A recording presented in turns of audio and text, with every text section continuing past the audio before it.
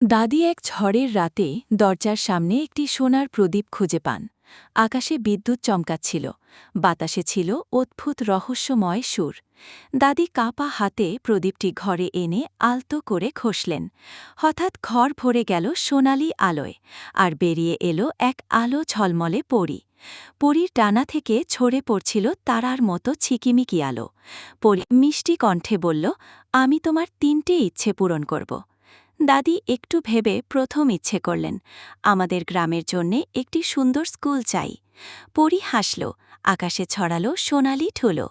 দাদি দ্বিতীয়বার বললেন, একটি হাসপাতাল চাই, যাতে কেউ চিকিৎসার অভাবে কষ্ট না পায়। পরীর চোখে তখন বিস্ময় আর শ্রদ্ধার ঝিলিক। শেষ ইচ্ছে চাইতে বললে দাদি ধীরে বললেন, আমি চাই গ্রামের সবাই যেন একে অপরকে ভালোবাসে।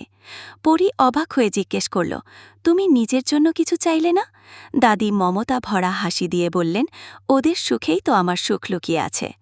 পরদিন সূর্য ওঠার সঙ্গে সঙ্গে দেখা গেল গ্রামে দাঁড়িয়ে গেছে নতুন স্কুল আর হাসপাতাল। শিশুরা বই হাতে দৌড়াচ্ছে, অসুস্থরা পাচ্ছে সেবা। গ্রাম জুড়ে ভালোবাসা আর একতার নতুন আলো ছড়িয়ে পড়েছে। আর দাদি, তিনি সাধারণ জীবনেই শান্ত মনে খুশি থাকেন। এমন নিঃস্বার্থ দাদির জন্য একটা লাইক দিয়ে দাও।